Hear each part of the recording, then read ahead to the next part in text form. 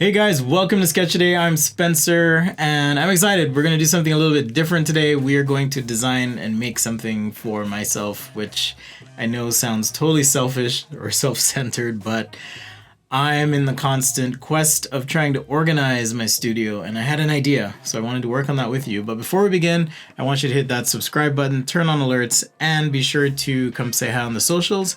I am at sketchaday.com on Instagram and at Daily Sketches on Twitter. Also be sure to check out my new brushes for Procreate just released. There are 30 brushes in this new pack, and so far people seem to be pretty happy. I know I have been, and those are the brushes I use. So if you sketch digitally, check those out and use the code FIRSTTIMER if it's your first time, and you'll get a small discount. All right, so I have this idea in my head, and usually the way things work out for me as a designer is I'll kind of have a fuzzy picture of what it is I want.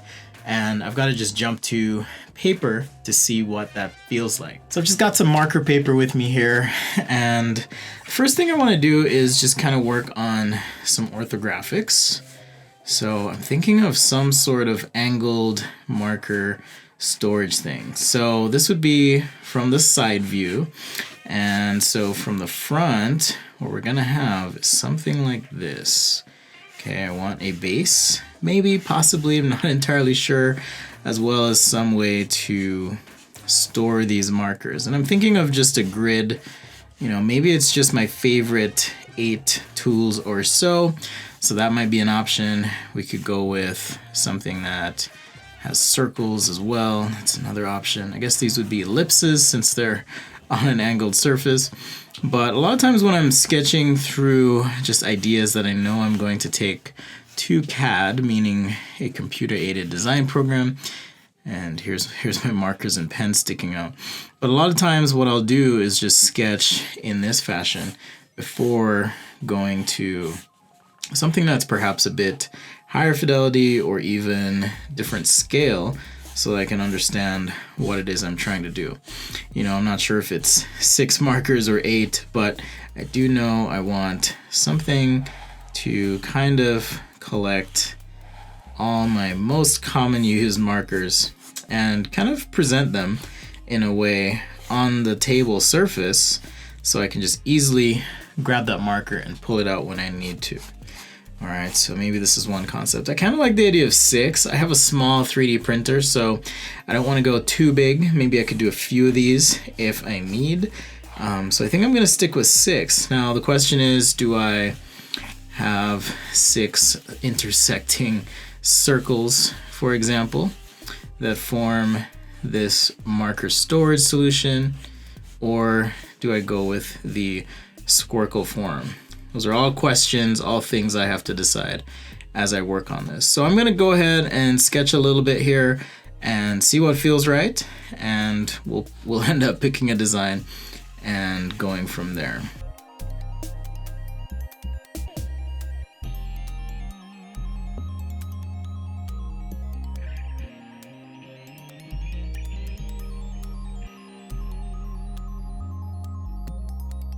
All right, so I just did a couple pages here. Normally I'd do a lot more than this, but I'm kind of resonating, or rather this idea 6 here is kind of resonating with me.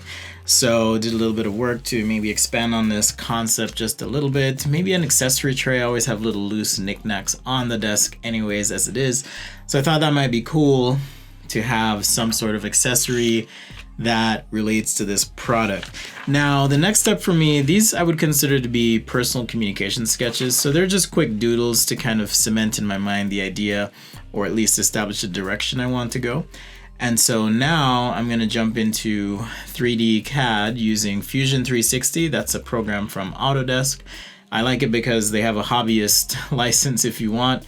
If you just want to do small projects, you can use it for free or next to free, if I'm correct. I'll put the information in the video description below. But point being, it's pretty cheap, pretty accessible, and an easy way to go. The other option would be to use something like SketchUp. That's also an option. I haven't had the best of luck translating the data from SketchUp, however, to my 3D printer. So I'm going to be using Fusion 360, and I'll show you a little bit about how So I'll be using Fusion 360 and I'll show you a little bit about how I work and a little of my 3D printer setup as well. All right, so this is Autodesk Fusion 360. I'm not gonna go over the ins and outs of the entire app and what that's all about, but basically in 3D you have planes, meaning invisible surfaces you can draw shapes on, and we can do operations on those surfaces. So I can extrude, revolve, make a hole, for example, add fillets.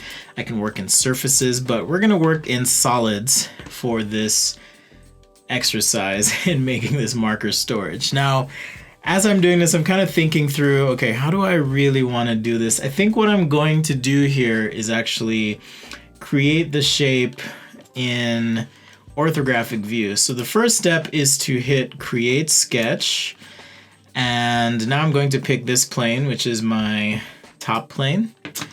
And if I want to make myself what's called normal or in line with that plane, I can just go over to this navigator on the top right and tap, and now I am in Orthographic View.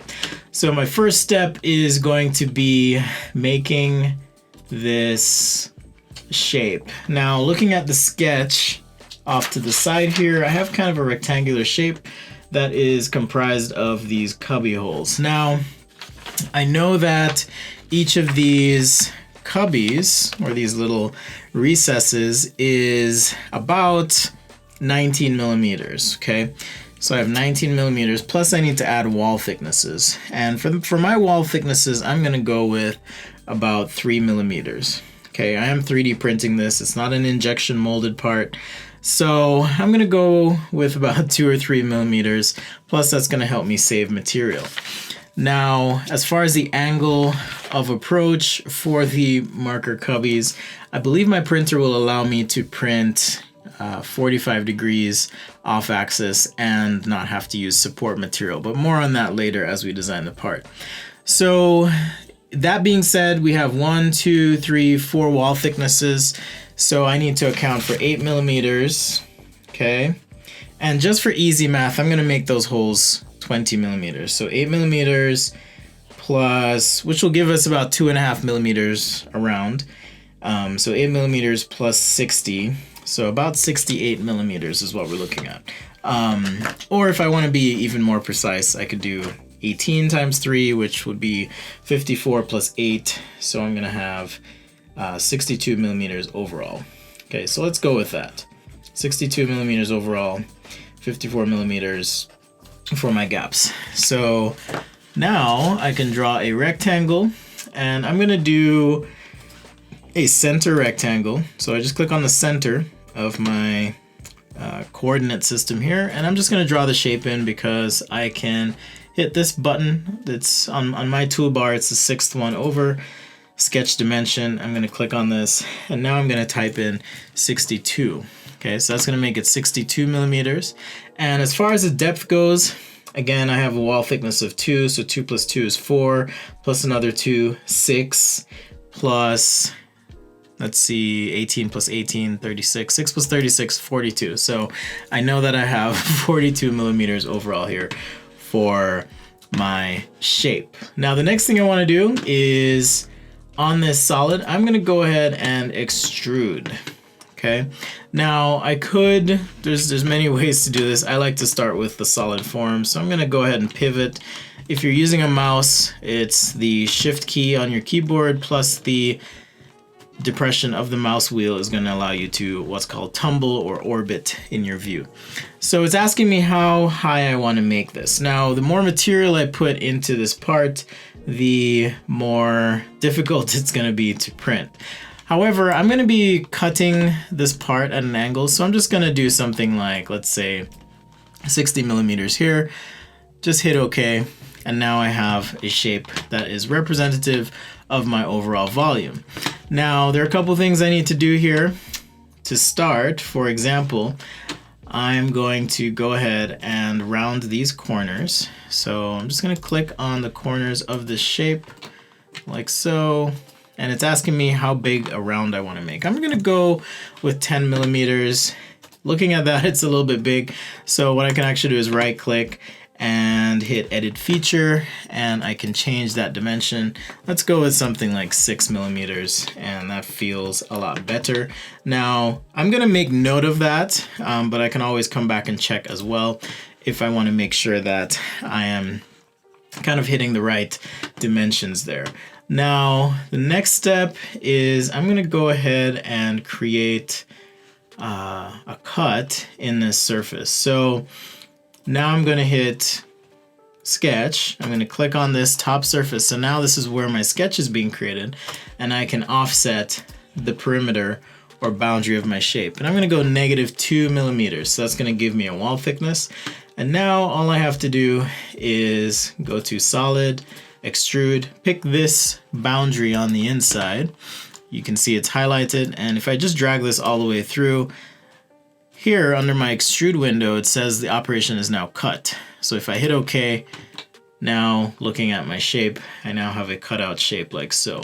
So the next thing I want to do is I want to measure out. So on this top surface here, I'm going to click on my little tumble view just so I can be oriented the right way.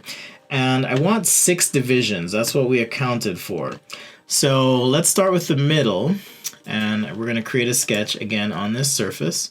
And now I'm going to draw a line like so. And I'm used to using SolidWorks, so I'm actually curious if this will work. And let's see. Anybody? Nope, that's not going to work. Okay, so I do need to sketch this in a way that represents those spines. Another way to do it would be to have surfaces and then thicken those surfaces. So let's see, maybe I'll try and do it that way. Okay, so now I'm going to draw a couple more lines here. So one and then another line, just vertical like so. Hit OK. And what I want to do now at this point is I want to create some dimensions. So based on my math, I know that the distance between these 2 splines needs to be, at least for the opening, needs to be 18 millimeters. Okay, which means the center line of that surface needs to be 19. So if I type 19 in, I should be fine basically. And if that didn't make any sense, don't worry. I kind of did the math in my head, but should be 19 because on either side of these lines, we're going to have 1 millimeter of material. So now I can either offset each of these lines by the 1 millimeter and create all these boundaries, or I can go to surface and let's extrude a surface, and I'm gonna pick these lines. I'm curious if I can pick multiple actually.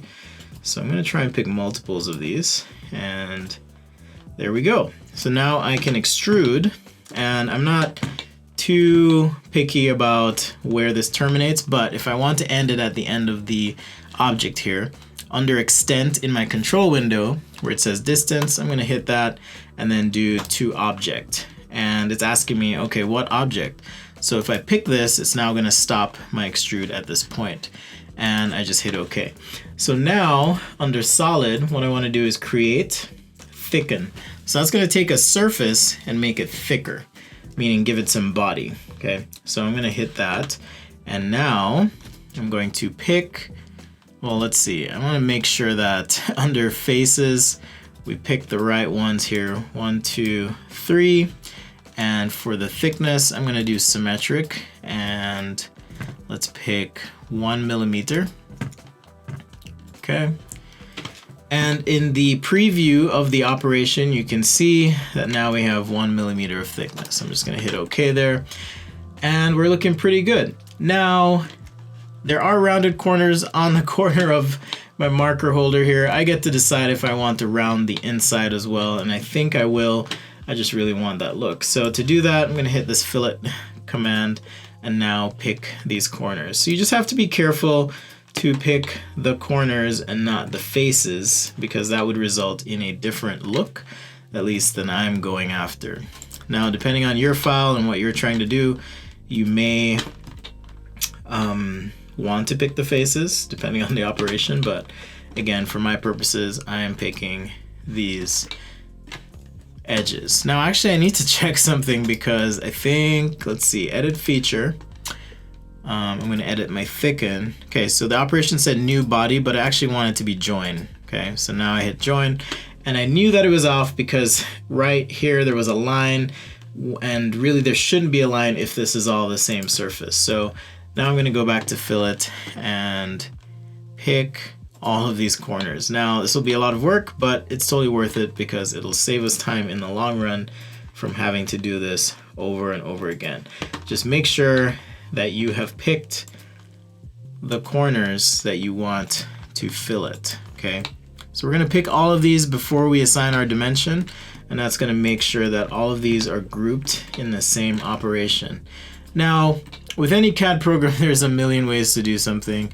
Yes, I'm aware I could cut this in half and mirror everything that I'm doing on one side to the next, but that in and of itself takes time, and this is just a quick part, so I'm not really too concerned about the extra 30 seconds it's taking me to do this. Okay, if it were a bigger file, yes, I might be a bit more concerned. So I'm going to try 4 millimeters here, and it looks like I missed 1, 2, 3 edges, and that's kind of what I'm talking about. In the app, now I have to create a new selection or add a new selection. And now I'm going to pick the edges that I missed, like so. And I will have to assign the dimensions to those edges, but it's okay. If this were a more complex part, I would go through the trouble of picking everything. But now you can see we have that nice radius of 4 millimeters and a somewhat consistent look. Okay, so that's the vertical orientation of my marker holder. I'm gonna hit OK. And now that's saved, or should be saved. Fusion 360 runs in the cloud as well, just so you know. So all the changes, the things I'm doing here are saved to the cloud. Okay, so as part of the design, I also had a little tray. And I think I'm gonna save that for another video or another thing. Maybe I'll just go ahead and print it. But my goal right now is to just print the main body. And I may run a few tests, and so what I'm going to do now is just right click on this object and hit move copy, and it's going to ask me how do I want to move this. So I actually want to rotate this marker holder, and under axis right here I'm going to select an axis. Now an axis is essentially the central line that runs through your pivot, your virtual pivot. So now I'm going to pick this edge, and this is my axis. So now I can actually rotate this entire body. Now if I pick under move object, I have to make sure it says bodies. So now I can say, hey, if I want this to be 60 degrees, okay, that gives me an idea of what it looks like. But like I said, my 3D printer loves when I do things at no more than 45 degrees because it's a cheap 3D printer. So I'm gonna go back to move copy, and we're gonna select bodies. And we're gonna rotate, okay, axis, let's pick this edge, and now I'm gonna say 45 degrees, just like so. Oops, pick this body, come on. It's not treating me right now. Okay, let's try this one more time. I'm gonna open up here, pick this body, right click, and go to move copy. Pick my axis that I want it to pivot on. Doesn't really matter which edge. And then enter 45 degrees and hit OK. So now I have this shape. Okay, pretty cool. So my markers will be presented to me at an angle if I wanted to. If I want to edit that, there's a little timeline here at the bottom of the screen. I can right click on this and go to edit feature, and now I can edit those properties. So if I wanted more of a 30-degree look, I could hit OK, and now I have, let's see, now I have a 30-degree presentation of the markers. Okay, pretty cool. But I'm gonna go back to my 45 degree, and this will be our initial concept that we're gonna try and 3D print, okay? So at this point, what I would need to do is create a sketch to essentially cut this lower half, okay? So I'm gonna tap on this right on the box for my view finding, hit create sketch, and now under create, Oh, I gotta pick the plane, my bad. So let's pick this plane, and now I'm going to draw a line that is collinear. Well, we'll just draw a big shape here just to make it easier. Collinear, you could even draw a rectangle if you wanted. Doesn't really matter, I just need to make sure there's an overlap. And now under solid, I'm gonna do extrude. You can see that sketch is on the mid plane, so if I drag in one direction, I want this to actually mirror on both sides. So I'm gonna hit symmetric, and now the operation, it's smart enough that it knows I wanna cut, so I'm gonna hit OK. And now I have this shape. Okay, now I have this shape for my marker stand. Okay, and we have this bottom shape as well. Well, I do want a bottom for my marker stand here. So what I need to do is actually create another sketch, but actually, let me see if this will work, if Fusion's smart enough. So I'm gonna hit, let's see. No, I'm not gonna do that. My bad. Let's go ahead and just sketch on this surface. So I'm gonna create a sketch, and let's click on bottom here. So it's gonna put me in this view, again, this orthographic view. And now I want to make a shape, and it doesn't matter, you know, how precise the shape is. What I'm trying to do is just hit this space in between the wall thickness here. And I'm just gonna make a random shape here. Let's see, let's continue with our line. I'm just gonna make a random faceted shape. Again, we just wanna target the space between. And we're gonna make a thin wall. Thin wall here, and I actually need to move this point, so I'm going to move this a little bit closer in. You'll see why in just a sec. So I'm going to move these in like so, and this one I'm going to adjust a little bit like so. Okay, so now I'm ready to extrude, so I'm going to create an extrusion using this shape that I just created. So select that sketch profile, and let's go ahead and pick the interior profiles as well, because we want to create a bottom for this marker stand. Okay, that's what we're trying to do. So now if I pivot, rotate, and then just drag this up, I'm gonna go -2 millimeters to give myself that wall thickness. Okay, so -2, meaning it's going 2 millimeters upward, and I'm gonna switch this to join. So it's gonna combine all this stuff, hit OK, and now we have a shape that is representative of the marker volume here. Now I did notice a little bit of a goober here. That's okay, I'm gonna go ahead and hit edit profile sketch. And this is gonna give me a chance to modify the sketch, particularly in this area. I need to actually drag this line out a little bit more. Okay, and we should be good.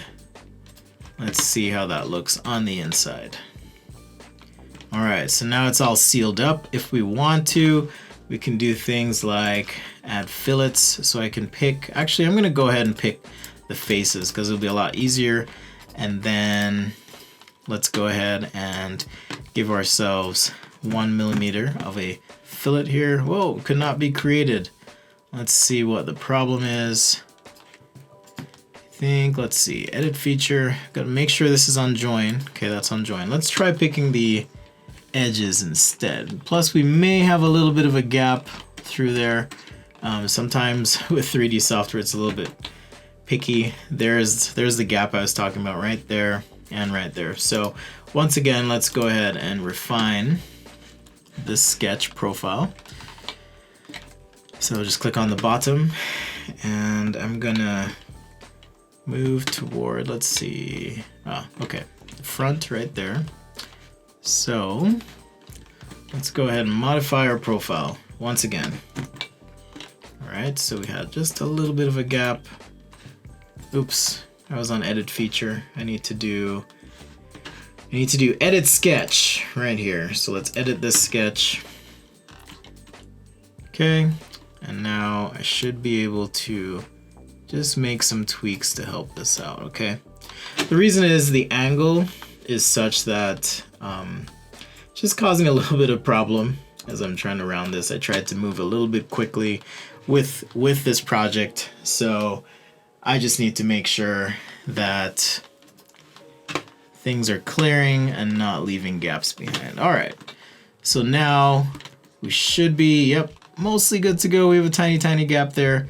I'm gonna edit the sketch one more time. Let's see, edit sketch. And let's go to the bottom. And I'm gonna drag this down. So just kind of play with it. If you're just freestyling this and you're not trying to be super precise, that's okay. It might take a couple tries here and there, but eventually you'll get it. All right, so now we should be okay to fill it. What an ordeal. Now I can pick these faces like so, and I'm gonna make, well, it's saying 7 faces for some reason, so I'm gonna clear this and now just pick these faces on the inside. And let's assign a radius of 1 millimeter, see what that looks like. Hit enter, and there you go. So we have a little fillet on the inside. If I want to change that, just hit edit feature, and I'm actually going to go 2 millimeters, and there we go. Nice and rounded on the inside. I like fillets. Okay, so just like that. If you want this to be constant, you can actually edit the feature and then specify things like chord length. So if you want this to be even all the way around, I'm going to say I want that to be 2 millimeters. We can make this a setback if we want, or just stick with a rolling ball fillet. Lots of options for you to play with, curvature and so forth, if you're working with something that needs to be more refined, for example. But I'm just going to hit OK, and now I have my fillet. Hopefully this doesn't crash on me. There we go. So now I have my fillets and my overall form here.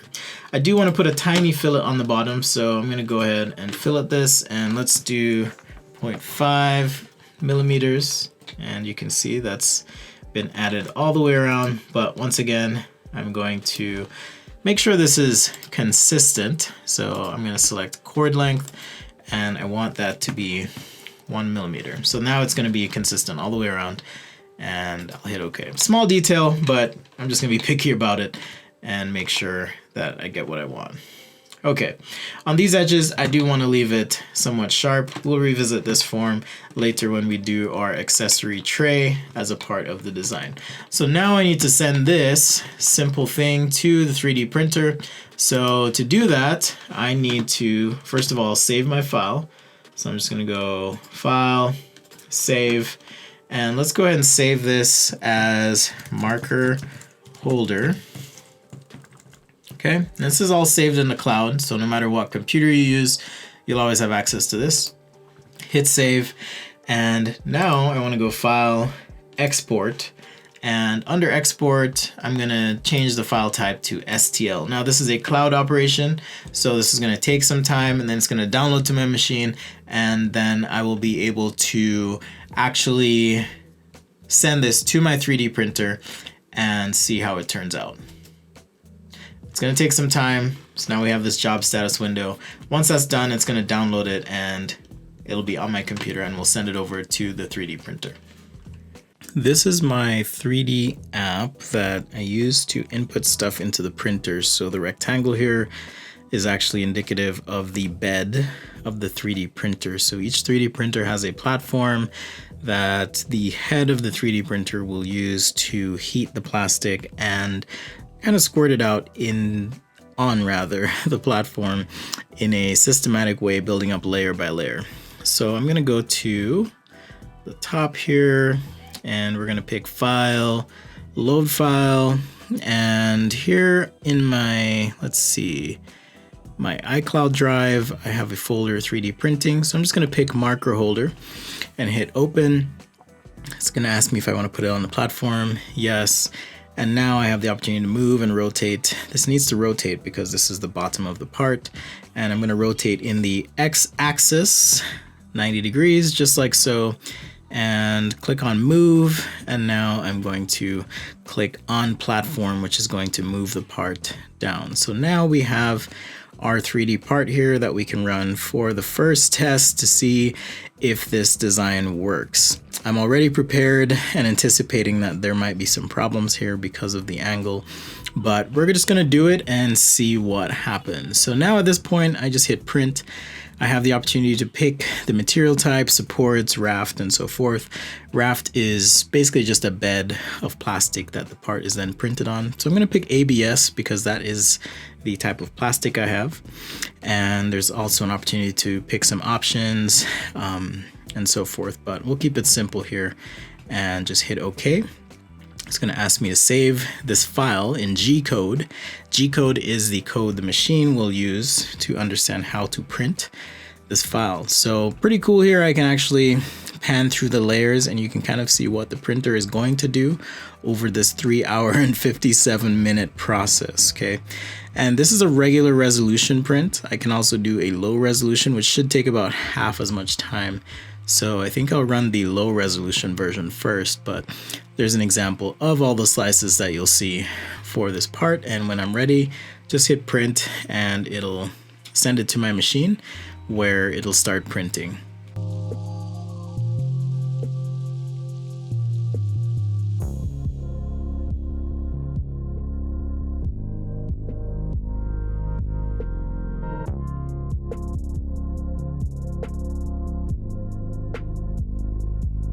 So this is the final one I did, and you can see there's a couple goobers, but as far as the resolution goes for a $250 printer, it's pretty decent. Like, I'm not doing production parts or anything. So pretty happy. This is actually the fast setting on the printer. So you can see the layers are a little thicker. This took about half as long to build. We also have these guys here. I could just toss these in like so, and this is, like I said, the final version. With the prototypes, I did notice immediately, like, I liked the look and simplicity of this guy. It's a little bit extreme. I set that at 45 degrees, but as soon as I put a marker in, boom, I could already tell, hey, if I put this in the lower slot, game over. So made a change, changed the angle ever so slightly, and here we go. Still, I mean, it works because of this little foot, but I wasn't super happy with it. Because it kind of lifts a little bit, especially if you put more than one marker in this lower slot. You can see now it tips over and fails. So I thought, what if we included a little tray? You know, if you got knickknacks or something. You know, I've got some of this Copic opaque white, for example. Maybe I've got some other things like my favorite gouache or whatever. I can just throw that in the tray for quick access. So I wanted to add that. One thing I wish I had done, however, is a way to link these together. I didn't really consider that in this build. So I'm going to make a few more adjustments and see if I can continue to iterate and improve on this. But so far, I mean, it does the job. It's not, you know, over designed or anything. It's pretty functional and direct. So we have that counter to the weight. So now I can just put my fat chart packs in. So I'll probably keep, you know, 3 grays and 3 colors in each of these. And this will just be my quick access stack for kind of my daily sketching, which tends to be like this, just quick color, quick lines, that kind of thing. So hope you guys enjoy. And when I'm done, I will post up these files for you to check out. Well, that's it for today, guys. I hope you enjoyed this video. A little bit different, kind of covered a lot of stuff here. So let me know if you have any feedback, comments, or things you'd like to see. There are going to be more accessories I need to build for the studio in particular. So you can expect similar videos showing process and just kind of some of my thinking. But all in all, pretty good. I'm happy with the final result, and I'll be using this definitely while I work. Well, thanks for watching. Be sure to say hi on the socials. I'm at sketchaday.com on Instagram and at Daily Sketches on Twitter. You can also find me on Facebook, and definitely share this video if you like it, and better yet, subscribe. Turn on those alerts because we go live 3 times a week here on Sketchaday, and you don't want to miss out on that. Although I do post the recaps, but If you want to participate, hang out, chat, all that good stuff, definitely subscribe and turn on those alerts. Well, that's it, and we'll see you guys next time right here on Sketchaday.